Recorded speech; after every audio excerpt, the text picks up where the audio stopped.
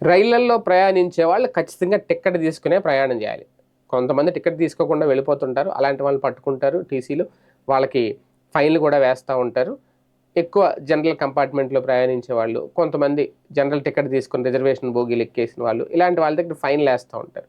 కొన్ని కొన్ని సెటిల్ చేస్తారు. కొంతమందికి మరీ టికెట్ తీసుకోకుండా ఉండుంటే వాళ్ళకి శిక్షలు కూడా ఉంటాయి. కేసులు కూడా రాస్తా ఉంటారు.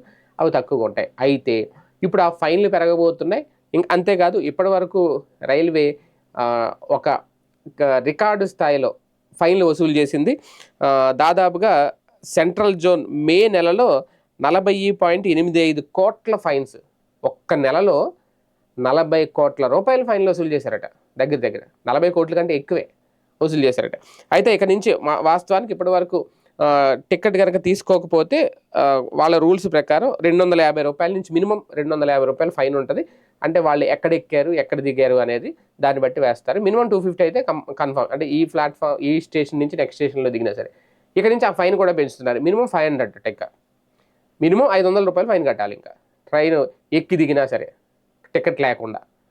ఆ ఫైన్‌ని పెంచారు. అలాగే రికార్డ్ స్థాయిలో వసూలు కూడా చేస్తున్నారు. రైల్వే ప్రయాణికులు అప్రమత్తంగా ఉండండి. మహా అయితే కొన్ని కొన్ని రూ. 30, రూ. 40 టికెట్స్ కూడా ఉంటాయి. ప్యాసింజర్లు రూ. 50 లేదంటే మహా అయితే రూ. 100.